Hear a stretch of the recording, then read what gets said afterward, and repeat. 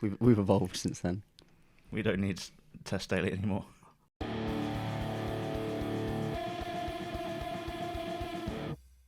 I'm Alex. I'm James. And I'm Dan. And this is the Ragamuffin Music Podcast, a place for us to talk about the music we love. Every month we get together, talk about the latest news, music and trends in the world of alternative music. Today we will be reviewing the new albums from new metal pioneers Korn, the latest EP from Knucklebuck, plus singles from Northlane and Loathe. We'll be discussing collaborations within the music scene. But first, let's look at some news. Top story today. Scientists have discovered the world's softest thing. It's the mind of a Muse fan. Oh, God. We rattled some people in our Muse reaction, some unsavoury comments. So, at the top of the episode, I'm going to say it. We are sharing our own opinion on our own channel. Yeah. And you're allowed to disagree, you're allowed to criticise, but we're allowed to criticise your opinions also. As like the saying goes, opinions like arseholes. Everyone's got one. You may not like it. We're about to show ours now. So.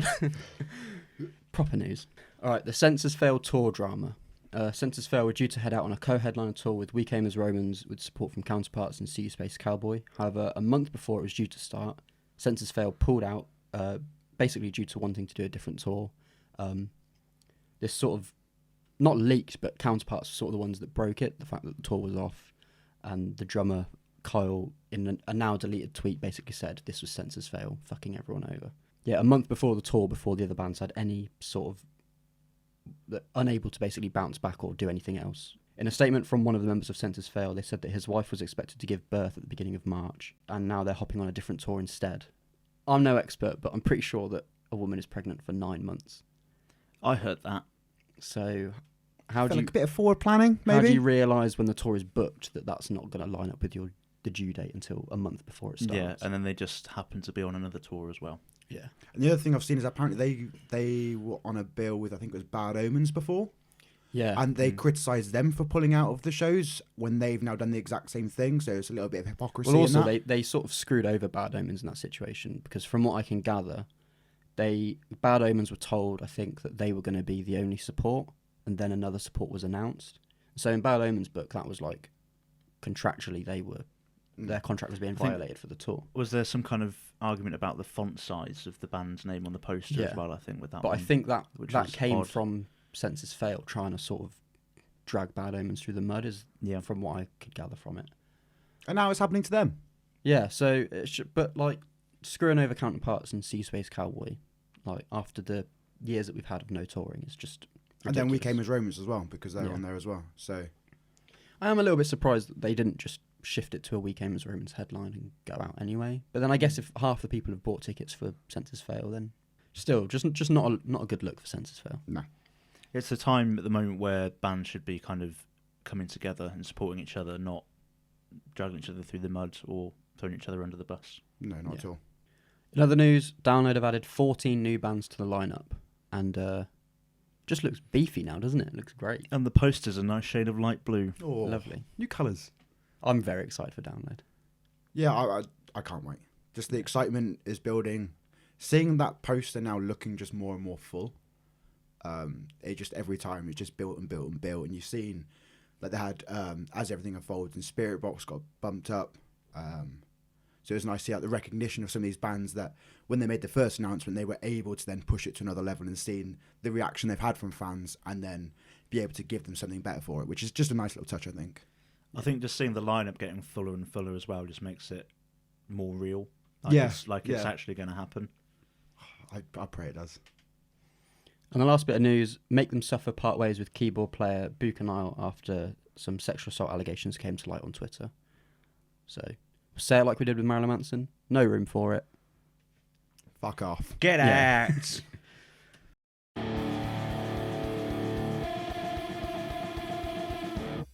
Now on to last episode's recommendations. So I recommended Emure, Look at Yourself. What do you think? I thought it was quite fun. It doesn't really take itself too seriously, especially when you look at the album closer, Gucci Prison. It's a great fusion of metalcore and hardcore. It kind of has a topping of new metal as well, just to kind of, for good measure. There's some interesting time signatures on Smokey in particular. But overall, I think Torch was my favourite. I think that's a great song. think Smokey Yeah. was the one that first got me into them. I was in the gym, and it just kind of came on at the end of listening to another album, and I was like, oh, this is intriguing. But yeah, it feels like it's just a band having fun with making music, which always ends up with a good album, I think.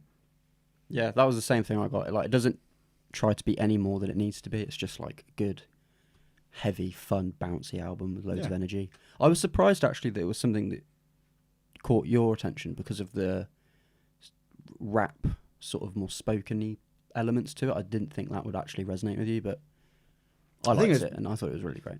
I think it's just where it came from metal with me anyway. It was like the instrumentals pulled me in, and I was like, oh, cool, I can jam to this. So, no, it was a surprise for me because I'd never listened to any Amur before listening to that album anyway. So, it was a welcoming one for me to listen to, yeah. Yeah, I really enjoyed it. I recommended Aerozone by Vane FM. What do we think? I loved it. It was just wonderfully heavy, amazing riffage, amazing vocals. The production on the drums was lovely. Snare sounds gorgeous. Yeah, it just was really fun, and the short length of the tracks in particular just kept me so engaged. And it just went song to song to song, and like very little respite in between. But you had like the slight breather like you get in a pit, and then bang, we're straight into the next one again. And also the fluidity, like the seamless transitions as well. Just sort of. There was a lot the of first flow. time I listened to it, I didn't even realise the first song had gone into the second song. I was like, wait, hang on a second. Yeah, it is. And I mean, there's some just great tunes in there. Like Doom Tech, I think, was my favourite on there. Like the dotted riffs with the snare drum fills, blast beats in there. It's just really groovy as well. There's just great pace to it, I think. And what was surprising, like some of the cleans in there. Every now and again, it just has these little, like, kind of little clips into these clean vocals, which I didn't really expect from it at all. But no, based on the single we'd heard, The Killing Room, Yeah.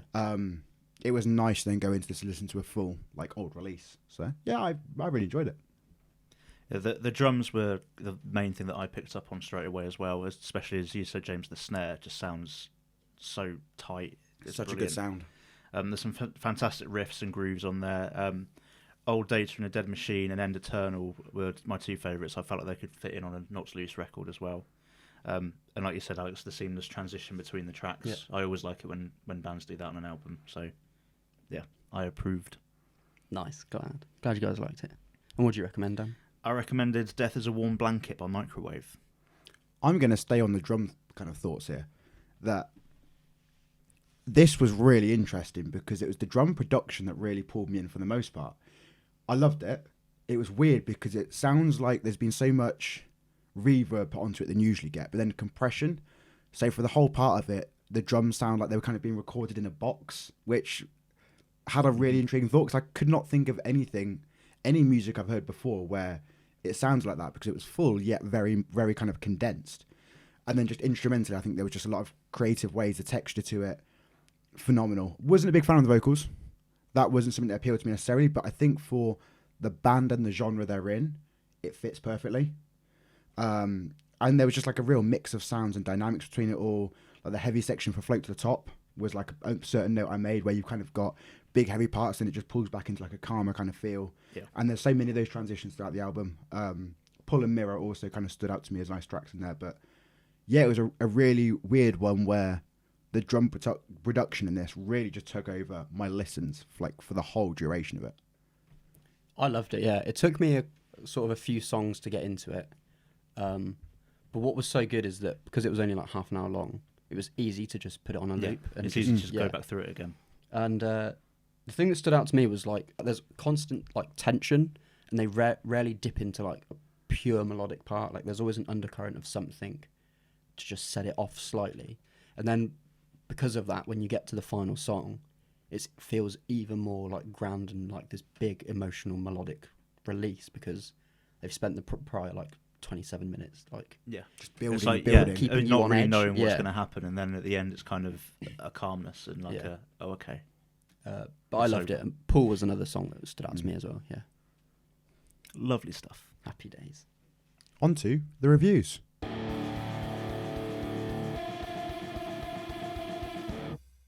Northlane released Plenty, another single for their upcoming album Obsidian. What do we think of this one? Well, the very first note had me very excited, but then I was kind of whelmed by the rest. The intro and the first minute of the song are great. I loved the kind of gentle tones, the riff, the stuttering drum beat, but everything else kind of felt a bit lost amongst it. I thought it was good, but not to Northlane's kind of level.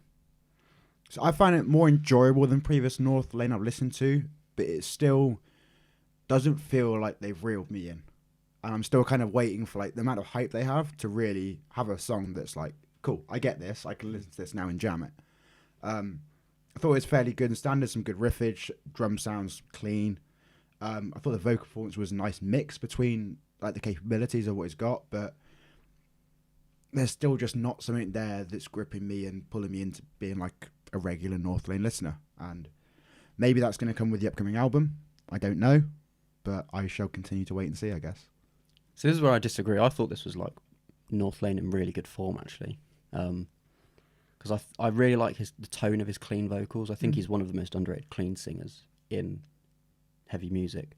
And the thing that I like is sort of when you hit the chorus, everything sort of feels like it all fits together. Like the way the guitar like sort of dances around the melody feels like a lock and key fit with the vocals for me. And then the whole song was like heavy, but like had this delicate and sort of like soft touch to it. And it was really weird to sort of be heavy and delicate at the same time, but I thought it was a really fun song. I'm excited for the new album. I'm intrigued. I'll keep an eye out. It's going to be one that we probably all listen to anyway, so maybe they could do some better, but we'll see. The Maine released Loved You a Little featuring Taking Back Sunday and Charlotte Sands. Catchy one. I liked it. This is every time we like put our playlist together, I sort of find one song that I get like a little bit hooked on, and it was this one for me. And I think the thing I like is that you've got three vocalists constantly like weaving in and out of each other and on top of each other. And I think that compared with what the lyrics are, it's like a couple bickering and like going through a breakup and like trying to one up each other the whole time. That's exactly what I thought. Like on the face of it, it's just like an average generic emo pop punk song. But what sets this apart from other things is just having the three vocalists like overlapping, and it sounds like an arguing couple. Yeah. It is. Those intertwining vocals just pull you in. And it was something I think it was very clever with how they just weaved in and out of each other and the layers and the dynamics between them. Because you can hear bits where like Charlotte Sands' vocals go a little bit louder than the other two guys on there. And it kind of has that back and forth, like you say, with the argument. The first thing that mainly jumped out to me actually was the bass line. It felt like it had a really nice solid backbone to the song. And I think it was just very well written. Something that even I went back to and listened to several times because it's just so catchy. It's easy to listen to. Yeah, I really enjoyed this one.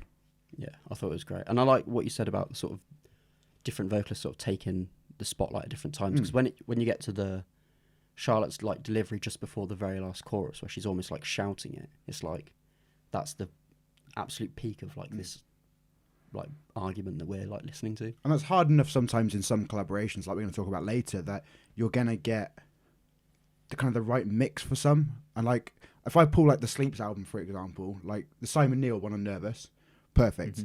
The Derek Whibley one, I'm not as much of a fan of. I think the collaboration could have been better between them. And so finding that kind of middle ground between just two people collaborating or two artists collaborating is difficult, let alone then having three and actually pulling it off successfully.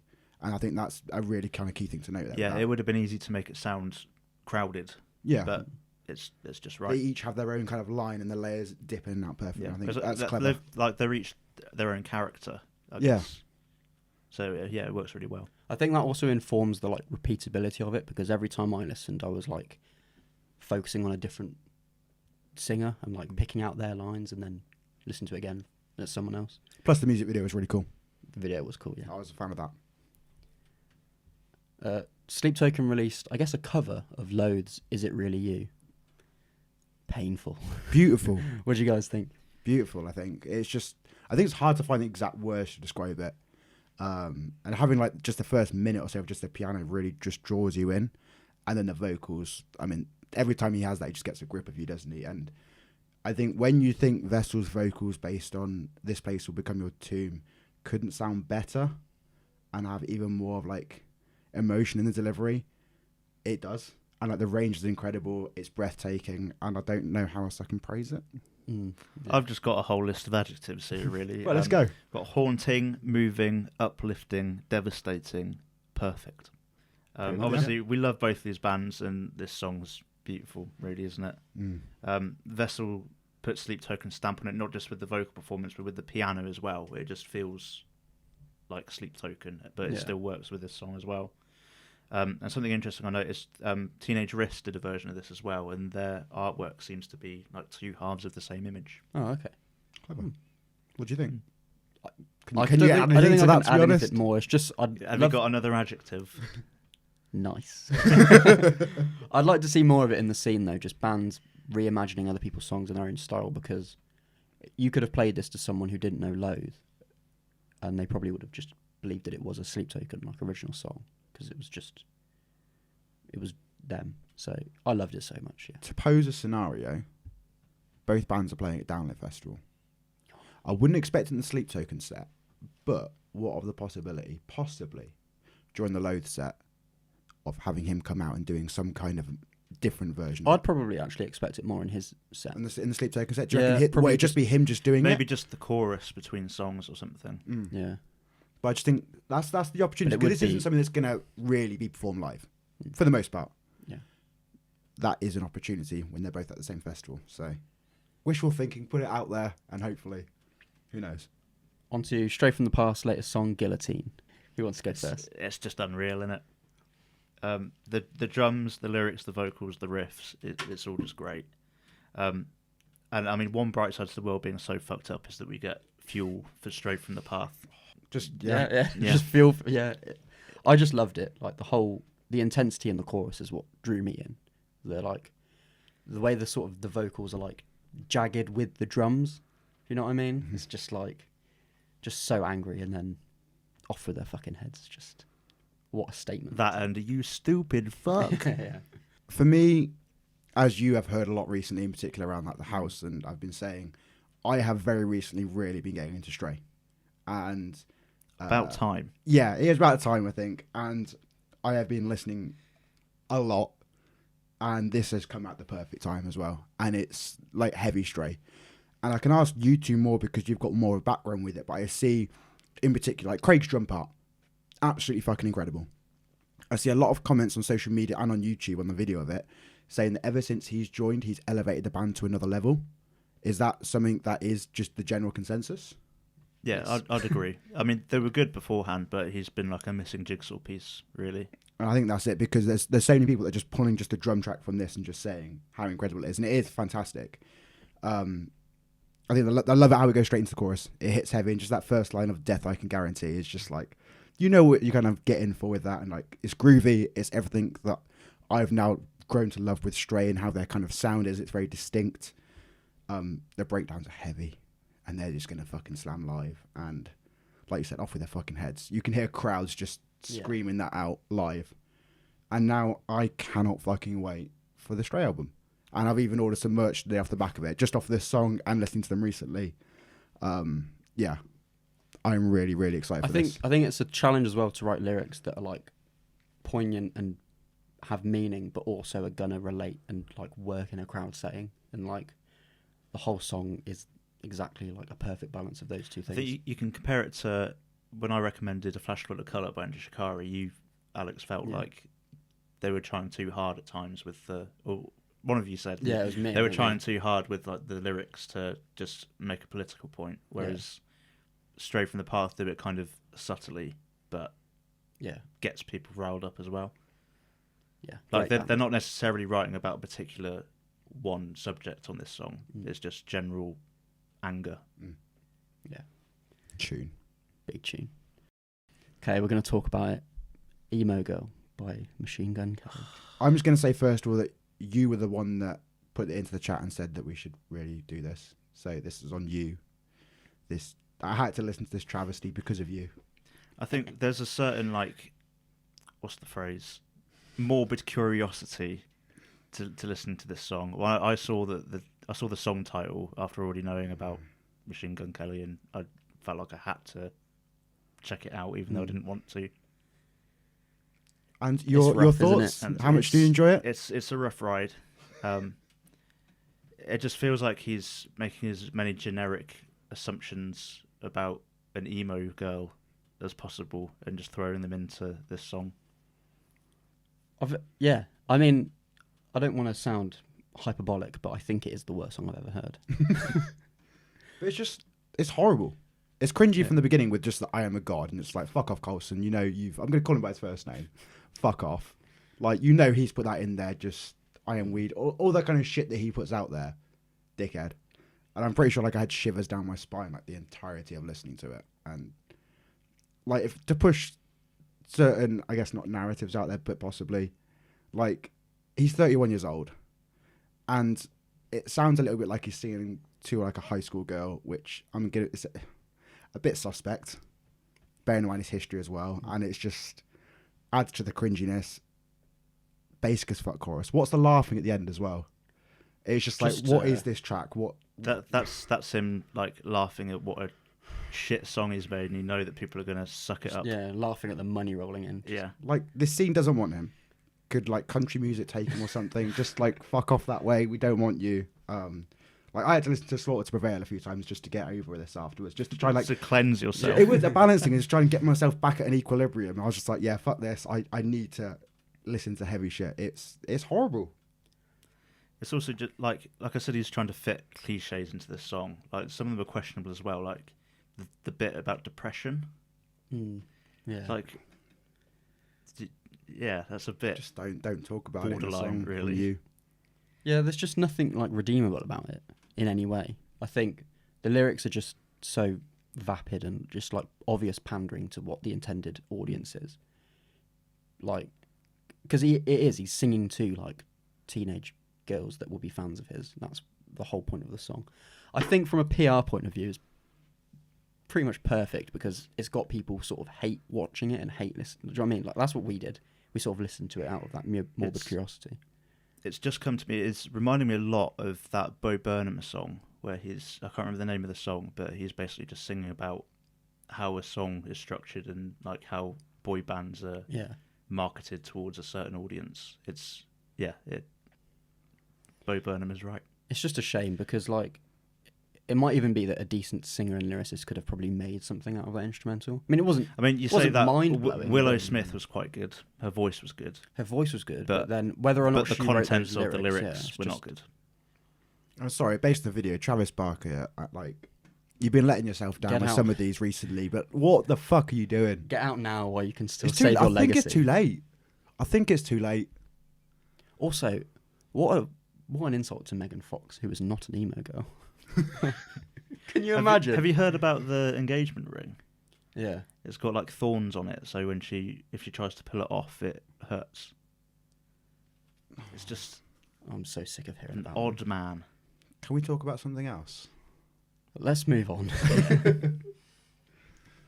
Knucklepuck released Disposable Life EP. I thought this was just nice. It's just cool to sort of kick back and hear Knucklepuck, just with some solid, decent pop punk. Sort of just let it wash over me, the whole EP. I mean, I don't know if that's an insult, but it wasn't like nothing really stood out. But it was just an easy sort of wave to ride from start to finish. Yeah, I can see why you'd say that. I got myself very excited for this, and maybe set my expectations a little too high after hearing the singles. Because, I mean, Gasoline just fucking slaps. Levitate wouldn't sound out of place on some of the old Knucklepuck EPs, I felt. But then the rest is just good. Doesn't do anything groundbreaking. But I don't think that's what was intended. It's just a good pop punk EP. Yeah. Anyway, the production's great on it, especially on the drums. And it just makes the whole thing sound very tight and cohesive, I felt. And there's a nice Blink cover. I'm pretty much the same. I don't have a lot else to say. It just felt good standard pop punk.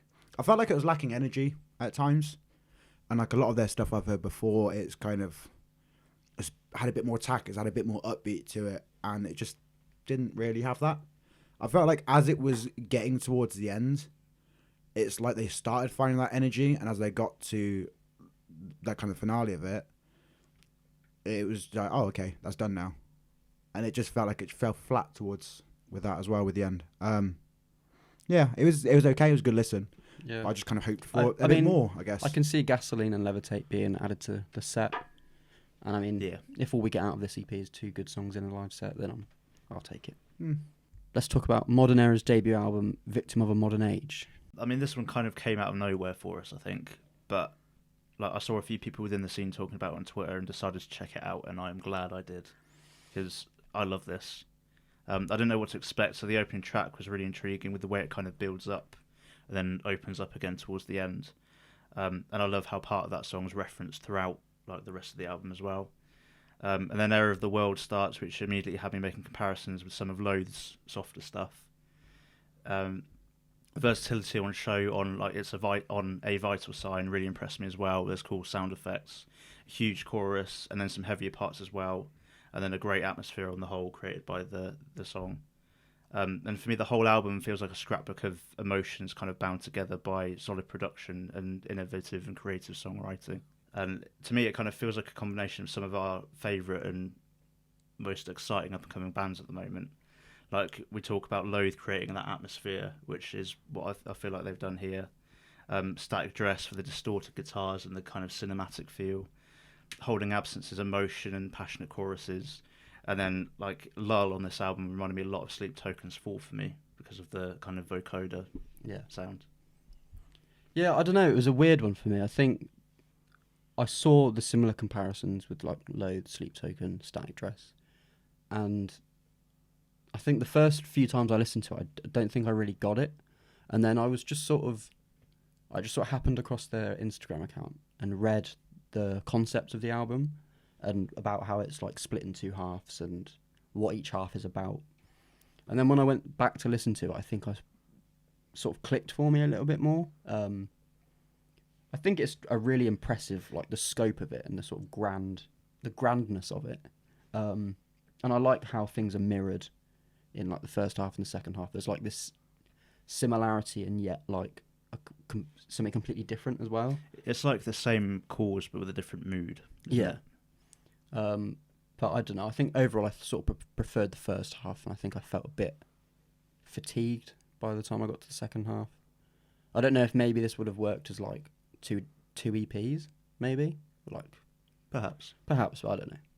I think it probably suffered from maybe too much fanfare online. Maybe my expectations were too high after some of the things I've seen, but I don't know. I liked it. Kind of similar. It was a very 50-50 album for me.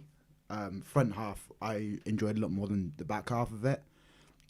Error of the World, fantastic. It felt like a really good kickstart to the album once it got in. Some great beats. It was up tempo, and it just had a really nice, I think, ebb and flow to the structure.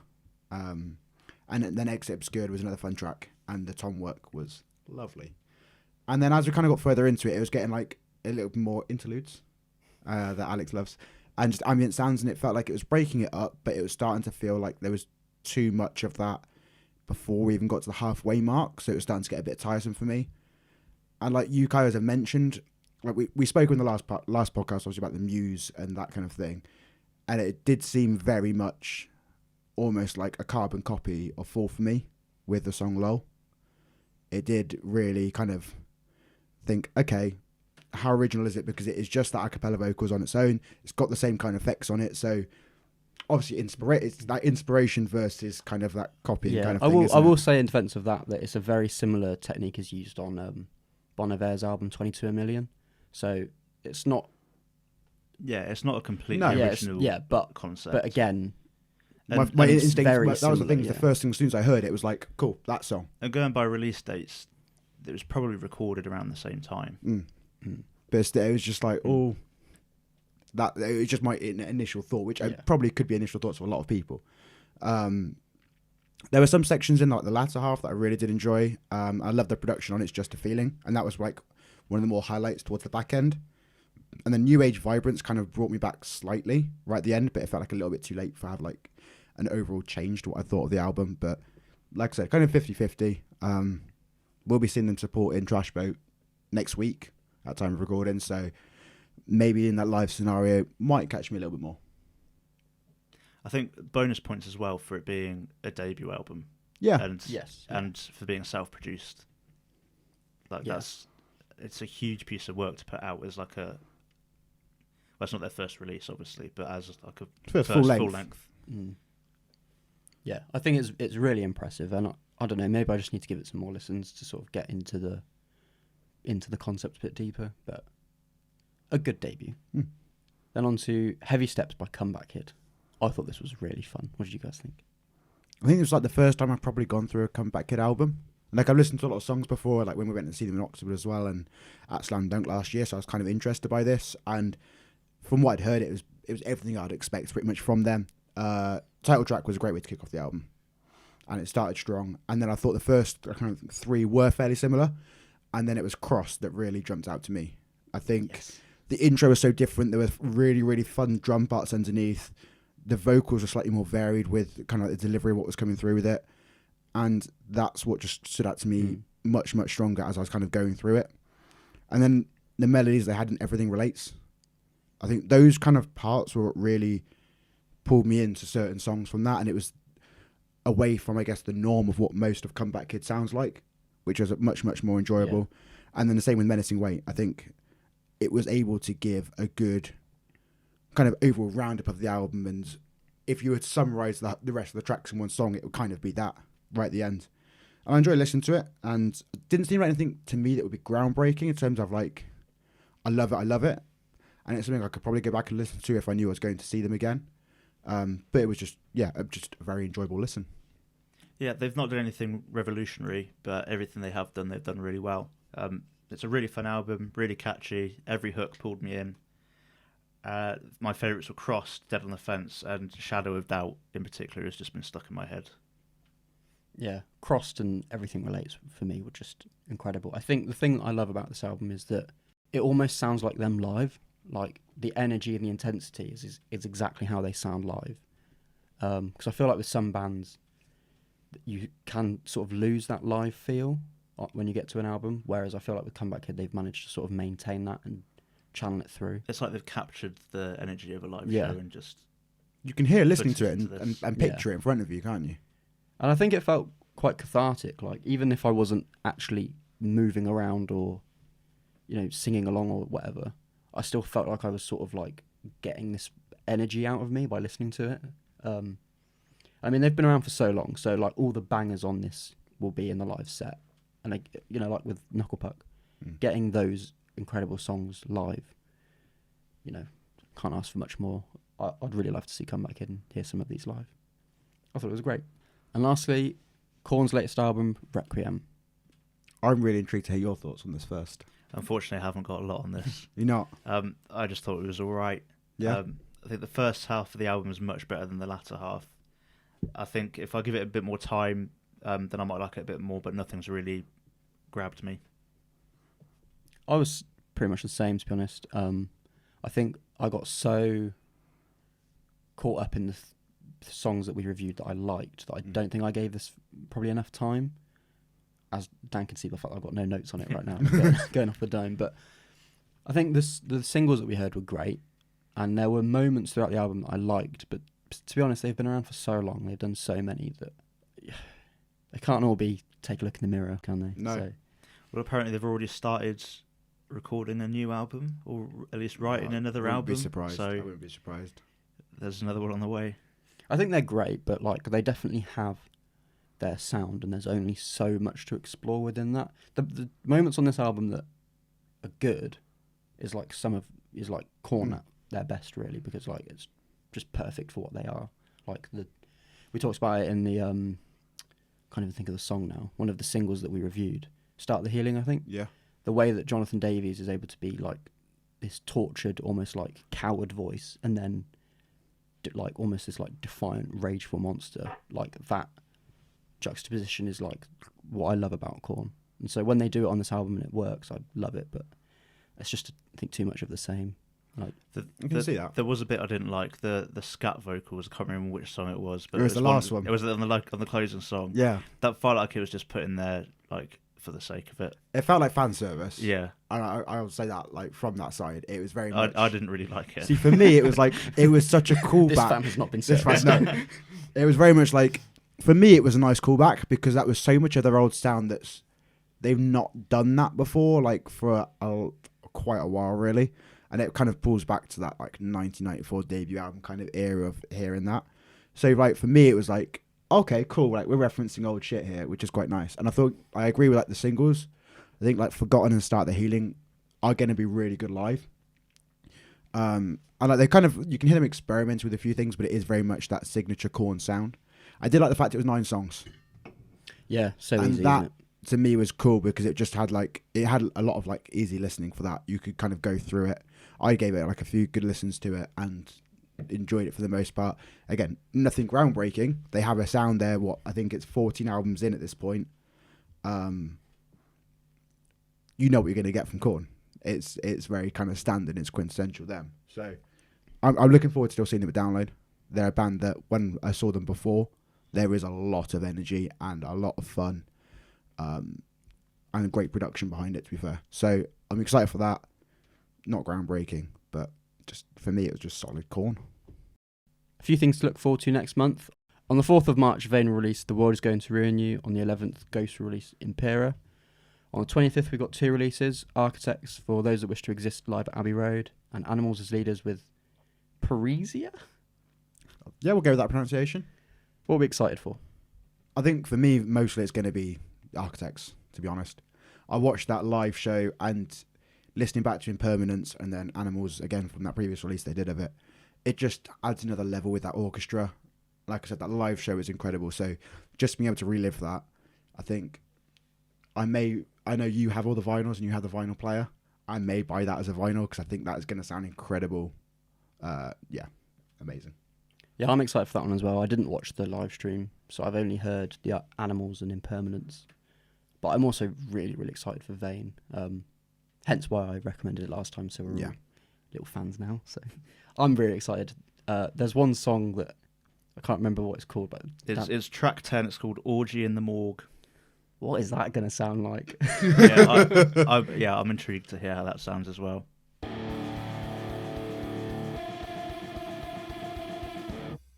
Discussion time. We're going to be talking about the best, worst, and weirdest collaborations in alternative music. Who wants to throw it out there to start? Should we talk about that recent one first? That's the Brit kind of Awards. Kicked all this off, wasn't it? Yeah, with Bring Me the Horizon and the one and only Ed Sheeran. Did James, you enjoy it? you grimaced at that, so maybe you should go first. I just didn't enjoy it, to be fair. I can't really pinpoint exactly what it was, but it just, I don't know. It just wasn't enjoyable listening for me. Watching the performance, I was like, okay, cool. They've done this one-off, and now the fact they've released it as a song and they've said they're going to be collaborating on more music together, I'm just a bit like, oh, really? Do you need to? I'm not really too fussed on that. I think they do need to. I think it's good. I think the live performance was iffy. I think the trouble with Ollie is like sometimes his voice doesn't show up. he's very inconsistent live. I think it's a good concept on paper, and to be fair, I haven't actually listened to it yet, but they've done a studio version, and that's probably all right. I'll say that I really like the studio version. Yeah. To the point where like I will listen to it a lot. Have been listening to it a lot. And I think that it's really good because Ed Sheeran is, aside from maybe Adele, the biggest British act currently going. And for him to be paired with Bring Me, who are probably the biggest heavy band, but to the mainstream audience who probably tuned into the Brits never knowing them, might bring in some new fans. It's like when Turnstile started being on like daytime TV in America and stuff, it brings lots of eyes to the scene, and this will do the same thing here. But like you said, I'm just kind of disappointed that it felt like they were representing the heavy music scene, and they just didn't quite turn up. But you know, rising tides lift all ships, and like Bring the Horizon being on this sort of platform is gonna, you know, they then go out on a tour, someone goes and sees them and sees an Over Twin supporting. That's a new fan for them. Do you know what I mean? And like the domino effect this could have. Everyone consume, well, not everyone, but a majority of people consume music through Spotify and streaming platforms now. They're going to check out Bring Me the Horizon, and then Spotify's going to recommend other bands as well. So it's good for everyone. But even on that fact, and you look at the general kind of collaborations anyway, you look at post-human survival horror, and you look at Amy Lee, you look at Baby Metal, you look at like Nova Twins, like you said, Youngblood, you're instantly seeing different artists from different kind of genres, different eras, almost essentially, where you've got like old Evanescence, you've got newer stuff with Youngblood and Nova Twins being more breakout recently. You just delve into Bring Me and you see them doing collaboration with other people, and it kind of sets off that chain of events, doesn't it? Oh, okay, let's go listen to that artist, or let's go listen to them as well. So it does have that knock-on effect, which is quite nice because it introduces you to so many different artists. Yeah. So that kind of got us thinking about collaborations, didn't it? And thinking about some of our favourites, some that maybe don't work so well. Should we start with James? Have you got a collaboration that you like, that you would like to share with the group? I love the Tala collaboration they've got with Fire from the Gods, Chelsea Green, and Guerrilla Warfare on Vanilla Paste. I think there's such a nice mix of different, not genres because it's not really within it, but you hear bits from these different artists and go, cool, we pulled that from them, we've pulled that from them, and it mixes in a really, really nice way and still complements the Tala sound that they have. And that's still a song that I'll get back and listen to. And I think recently they put out that they've got a release coming out this year. They've been working on the new music. So for that to be included on there, I'm intrigued to know if there's going to be any other collaborations they do with that. So that stands out as a very, very high one for me. Also, it's cool to see 4 bands that are like, I guess, like a similar level, all up and coming, sort of like banding together to help each other. Well, it allows them to kind of share a fan base then, doesn't it? Yeah. And then like kind of on the other side of it, well, not on the other side, because there's been positives, there's been negatives. There's been Travis Barker on everything. There's good ones. We've got the kind of hoopla kind of side of it. We've got the Machine Gun Kelly kind of side of it. And there's positives, there's negatives. He just seems to be everywhere, and I think should be a bit more selective on what he chooses. It feels like he's just got a big group chat of artists he's worked with, and he just gives them like a sample, and like, here you go, one of you can make something with this. Yeah. Or just like, who's recording this week? Do anyone want me to come in and we'll just do something? I think it was good. There was a period where it was really good to see him with loads of up-and-coming artists, but now I think towards the start there was a time where everything that he was putting out with collaborations was working, and it was good. But also I think there's like sort of an overexposure. It's like if everyone's working with Travis Barker, then no one's working with Travis Barker. It's like, what's the point? Do you know what I mean? So I think I agree. I think there's a time to start being a bit more select about who he is going to feature with. Then on the flip side, from that being the pop punk side, there was a weird kind of, I think, 3-month period where Courtney LaPlante was on everything. And there were so many collaborations she had, but they were all really good. And I remember in particular, I think it was Contraband by Make Them Suffer. Yeah. I remember that one stands out and it worked perfectly. And she gave something to, I think, each of the collaborations she did, it seemed to elevate it to another level.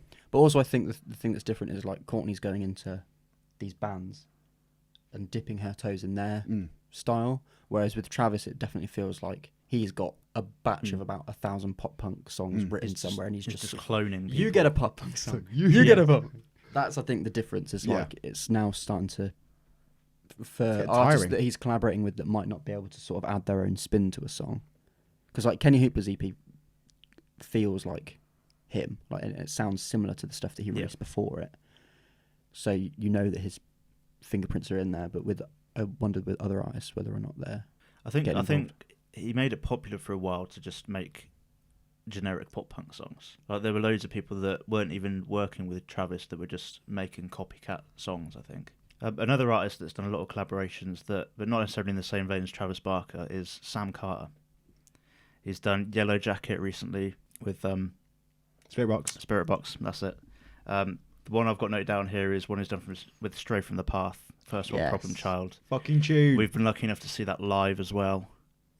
Oh, do you know what? There's something so special about a guest feature happening live that you don't, especially that one where Architects weren't even on the bill because it was the Sleeps headline show, and then he just walks out and you're just like, this is the greatest thing ever. It's incredible. There's a really good video somewhere of this girl that's on the front row watching it, and she's just screaming every single lyric. If we can find it, we'll put it up now. It is incredible though, and they've got the pro shot footage of that they've released, and that's something I've gone back and watched and be like, oh, I remember when I was there and we watched that live. And you kind of, with him, there's other bands that I'd like to see Sam do collaborations with. Like, I'm surprised he's not done with Sleeps. I feel like they're quite good friends, and that hasn't happened yet. Bearing in mind, you look at Sleep Society and the collaborations they've put on there. You've got the Simon Neil, you've got the Derek Whibley. I feel like there is a time at some point that you're going to get a Sleeps with Sam Carter on. They've done it with Ollie Sykes already as well, previous with Silent Speaks. I think that's a matter of time. Then you look at the opposite side of that, of For Those That Wish to Exist. And you've got Winston McCall on there. You've got Simon Neil again. You've got Mike Kerr from Royal Blood. It seems like in the kind of pandemic era where there's been a lot of these albums being recorded, they've been able to like kind of all these different bands and be able to pull people in and say, let's Yeah. add you in, let's do a feature and let's help each other. And it's kind of that callback that we had earlier in the news where you're saying about these bands supporting each other. And like this is a nice way because you're seeing all these artists go on each other's tracks and kind of give something to each other, promote each other's bands. And it's just a nice thing, I think, within the community for that. And it's just very, very enjoyable to see. Another one that I love experiencing live, which I've been lucky enough to see a couple of times, is Trash Boat Strangers with Dan Soupy Campbell from the Wonder Years. He just brings the energy every time. You can see him side the stage just waiting to come on, and he just kills it. We've been going to gigs together for years now. I've never seen you happier than I was download. incredibly happy in that moment. I filmed it, and I watched that back for just a dose of serotonin every now and then. Yeah, that was really fun to see live because like I think Trash Boat might have played like maybe directly before them or earlier on in the day. Yeah, I think there was a band between them. I think. I remember you sort of turning to me at one point and going, "Do you reckon he'll do it? Do you reckon he'll do it?" And then he did it. He did it, James. You did it. He did it. So would you say, from a live perspective, seeing collaborations, is that your favourite thing you've seen? Yeah. Or is there a different collaboration? I think it is. Personally, it is because they're like two of my favourite bands. Is there one that stands out to you, Alex? Like in terms of like collabs, when you've seen them on the stage together and you see someone come out, what was one that in particular you're like, oh, cool, that's sick? That really kind of got you, or was one that you kind of draw into? Is there one? I think it might be the Stray one with Sam Carter. I think that's the only one that's really coming to mind at the moment. Because it was, like I said, it was just so unexpected for him to walk out. I'll tell you one that I wish had happened. Ollie coming out for Bite My Tongue live with Yumi at 6. What a waste. Fucking hell. See, one that stands out to me, which was interesting because it was an upstaging, was when we saw Bring Me at All Points East and they brought Sam Carter out. Yeah. And you mentioned earlier about Ollie's vocals sometimes being a bit hit or miss. And for me, that was a moment where it just showed Sam was another level as a vocalist as well, because he just outshined Ollie constantly. Well, that's another interesting thing is because those are two of the biggest bands in the UK. Yeah. And they have collaborated on a song, but it was back on Suicide Season, Bring the Horizon's third album? Second Old album? album. Old I think album. so. It's not an old album. And this is how weird it is. Sam Carter sings and Ollie screams on that song. And I can't fathom why they haven't done one like recently where it's the flip, because I think Ollie's a really good clean singer now. Especially live, better cleans than he is screaming. Sam's the best screamer in the game. In the UK. Justin Bonnett's the better. That's arguments, isn't it? I would love to see those two collab, but I think it's probably... I don't think that'll happen. I don't. That's not one to me that I'd see like to happen again. I think of that, not necessarily a fear of it, but in the nicest way. I think every time they would try and collab, I can see just Sam upstaging Ollie for the most part. I think the only way it would work is if it was Ollie featuring on an Architect song and it being his sung vocals. I can't see it being anything the other way around at this point. Yeah. Because also there is a risk, it's like before we started recording we talked about the State Champs song, is when you've got two really big singers together, the expectations maybe sometimes are too high, because I think with that Ben Barlow feature on their new song, just doesn't fit. It doesn't hit. Doesn't fit and doesn't hit, and it probably came about 3-4 years too late. But yeah, it's like State Champs have kind of stayed with the same style like their whole career really, whereas Neck Deep have obviously changed it up a bit more recently, and Ben's vocal style now maybe doesn't fit State Champs like it would have done a few years ago. Yeah. It's a shame. It's still like always nice to see these bands collaborating and supporting each other, but it's got to be a good song at the end of the day, and it's got to be something that live is also going to stand out if they do a performance together, which that one I wouldn't want to see. I'd like to bring up a classic, King for a Day. yes. Pierce the Veil and Kellen Quinn. It's one of the best. It's untouchable, isn't it? That definitely ranks up there. We used to go to house parties when I was younger, and me and my friend would take over the aux, play it, and like try and scream along to each part. I did Kellen's part. How well did you do I it? picture you being a Kellen. Oh, thanks. Did you do it justice? Every time, mate. Nailed it. I mean, that is one of like the biggest songs in the scene, isn't it? Like, if you're at an emo night or like when we were in the doghouse, like it's gonna get played and people are gonna lose their minds. And again, it was like I keep scratching the table. I'm sorry. it was a perfect time for it to happen with like the come up that those bands were on, and the sort of like the thriving era that they were in with like Warped Tour and like sort of alternative emo music.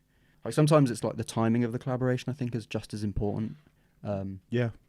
Because another one that I've got written down is Linkin Park and Jay-Z's Collision Course EP, Oh, shit, yeah, I forgot about which that. was 2004.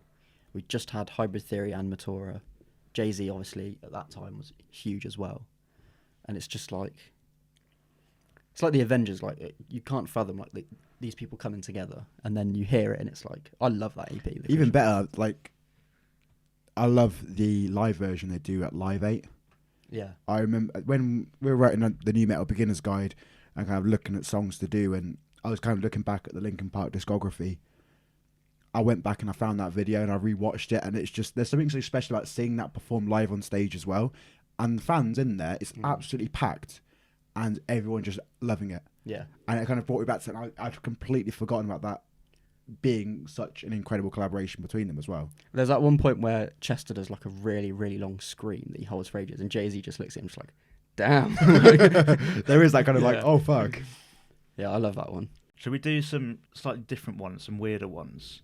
I've glanced at Alex's notes as well. I see we've both put Post Malone, Take What You Want, featuring Ozzy Osbourne. I think it's a really interesting one because for knowing like Post Malone and his influences, you know that he actually loves heavy music. So for him to get Ozzy on an album, just for him personally, must have been like a dream come true. But I think it's so cool that he is able to actually take his influences and put them into his own music, because you would never, like hearing his first album, you never would have thought he's going to have a feature with Ozzy at some point. And like they've done it live as well, and it's like you can tell that Post Malone is just like Happy to be like there. his inner like 10-year-old self is just like going Also, crazy. I'm sure there's obviously a lot of production on Ozzy's vocal on the track, but it still sounds great. Yeah, he sounds really good. Yeah, and again, it's just it's so cool to hear, or it's so cool to know that like Post Malone's fans who probably never have heard Ozzy Osbourne before are going to hear this voice that they, because he's got such a unique voice. The first time you hear it, you are taken aback. So it's probably going to be like, oh shit, maybe I should check out like who's this Ozzy Osbourne guy. Then they hear Crazy Train, and then the metalheads. and then they'll stop. I always love when rappers use guitar as well. I think that's something I really like about Post Malone.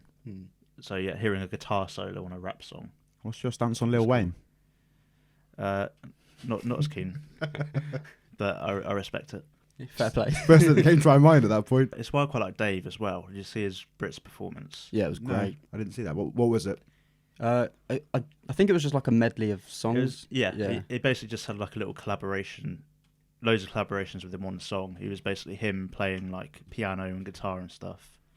We'll show you when we finish recording. Oh. But yeah, he like plays every instrument. He does like a little guitar solo at the end. Yeah. I always have a lot of respect for rappers that bring lots of different styles into their music. And especially when they bring live instruments in, because Oh, it always a lot sounds of, so much it sounds better so with much live different. band. There was I think it's in TPD's Reading vlog actually. Stormzy's set. I think it either opens or closes with like a sort of rocked up version of one of his songs, and I just think it sounds so cool. I think it should be done more. Kind of staying with that genre as well, though. You look at the Super Bowl performance at half time. Again, not music I would usually listen to, but you say it's like the adventures of getting people together. You look at all the artists you had during that kind of 10-15 minute performance that you've got, and it's incredible that you've got all of these people together. I mean, there's going to be a lot of money behind that. It's the Super Bowl halftime show. Even advertising on that is fucking expensive, so you can kind of see like the financial backing you're going to get from that. But however, even getting them all to agree to do that and pulling off a performance that sometimes on the Super Bowl halftime show, you're going to look at bands and be like, yep, cool, they've nailed it, they've done well, and others you look back at history and it's not as great. Maroon 5. Yep. But they nailed it. And that kind of collaboration of doing that live, a lot of planning would have gone into that, and not something easy you can do. Yeah. Another absolutely amazing one that I want to talk about before we get into some maybe weirder ones is Killswitch Engage doing that song with both vocalists, Howard and Jesse. Just made me so happy, because like Killswitch Engage I think were probably the first like true metalcore band that I ever got into, and I had, because of our older brother, all of their albums, so I heard both of the vocalists like constantly, and so when it came out, I was like, I can't believe. I was giddy. I was like a child. It was fun. But you look at them even touring together now with one of Howard's bands. Yeah. And then you see like 3 songs a night, pretty much. They're playing old songs where they're kind of collaborating. And it's nice to see that even though obviously Killswitch went back to Jesse, that there's no shit there between them at all. Yeah. They're still there. They're still having a great time. They can still have the fun to go out and do that in a way pretty much for the fans, because that's what it's going to be, isn't it? Because people are going to be drawn to Howard songs, people are going to be drawn to Jesse Leach songs, and to be able to kind of have that in between there and go and see that as a live experience, I think that's something quite cool. This is official, I dare you, Killswitch Engage, do an album with both vocalists, a full album. I imagine that would have an amazing reception. Yeah, be so cool. What other weird ones have we got then, Dan? Well, the first one I've got is one that you two might not be aware of, it only being recent and Shikari fans. Any guesses who they might have collaborated with on a song called Supercharge? What time period would this have been? It's the last few years. Okay. It wasn't too long ago. First artist that comes to your head, Supercharged. Dave. I don't know why. It's because we were just talking about it. British Stormzy? Not Why far have we off. both gone for I'm just thinking... Big Nasty. Oh, shit. Wow. Yeah, it's an alright song. It wasn't hugely popular. It's not been in their... I think it was in their live set for a little while, but it's not really stayed there. No. It's not a mainstay Shikari song. Big Nasty. Did not That is expect that. Weird. All right, well, fair. The only thing- It kind of works, because obviously Shikari do a little bit of spoken word. So Yeah. I've never ever heard his music, to be fair. So the only thing I know him from is from that TV show kind of that he has. I've And just heard- the clips that I see from that. I've so. heard one song, and then I've seen a clip of him on Fire in the Booth when he's like, hello, hello, hi. You've seen that one? That is our exposure. Yeah. That is weird. Have we got any more weird ones, Dan? I've got a couple more weird ones. I got Foo Fighters. It's not a studio version, but they've had Rick Astley out for some live times. performances. They've done it a few times, haven't they? Yeah, I was there in person at Reading Festival in 2019, which feels like ages ago now. Jeez. Dave Grohl started going into this speech about how he felt very nostalgic about Reading Festival. It was the first UK festival that Nirvana had played. He started saying how they'd played in the little tent over in the corner, they'd played in the bigger tent, and they'd played the main stage before. And he wanted to dedicate the next song to Reading and his history with it. And he started playing the chords to Smells Like Teen Spirit, but then went into Rick Astley, into a Rick Astley song. Massive Rick Roll. And yeah, Amazing. Rick rolled 90,000 people, however many people are at Reading these days. Wasn't there some point as well, it might have been before that or before another show where they had him in, where it was just Dave and Rick Astley where they went into a pub somewhere, and Yeah, it was Dave on the drums and Rick Astley just with vocals and guitar, and they just jammed for like about an hour. I think or that so. was part of... I think they did loads of stuff together in quite a short time. Yeah, it's just I like think that was part of the Reading thing as well. amazing collaboration. Give me more. And you know what? Rick Astley was quite good. Yeah. I think there's a point when you've got in the nice way, when you become a meme, there's two ways you're going to go about it. You're either going to fight against it or you're going to accept how it's going to be. And he just embraced it, which I think is the best thing to do for it. And that just then makes it even better because you got to have fun with It's it. like he knew that Reading and Leeds isn't necessarily his crowd as well. No. He was just there having a good time. And that's it. You make the most of it at that kind Yeah. of situation, don't you? Incredible. Anyone got any more? I've got, I think, one more. Run DMC with Aerosmith, Walk This Way. Oh, yeah. I think it's probably actually It's weird, but it works as well. yeah, and I think it's probably more influential than people give it credit for. Like, It's one of the first kind of genre clash ones that you kind think of would of, come yeah. to mind in terms of like just history. Yeah, and I think they played up to it. Like when you watch the video, the fact that it's like them in rooms like competing with each other. Yeah. They sort of like play on the fact that it's like two things that shouldn't be going together, like actually working. But It's a tune as well.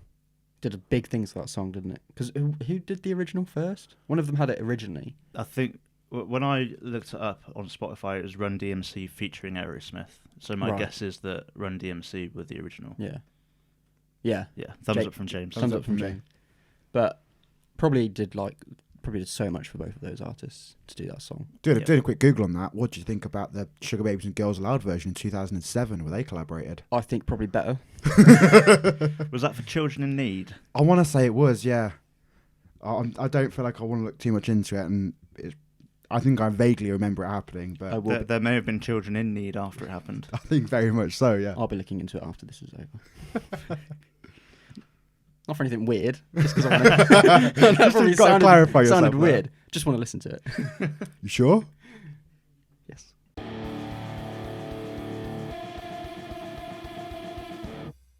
All right. Well, before we wrap this up, let's all recommend an album. James. I've been going back to what I feel.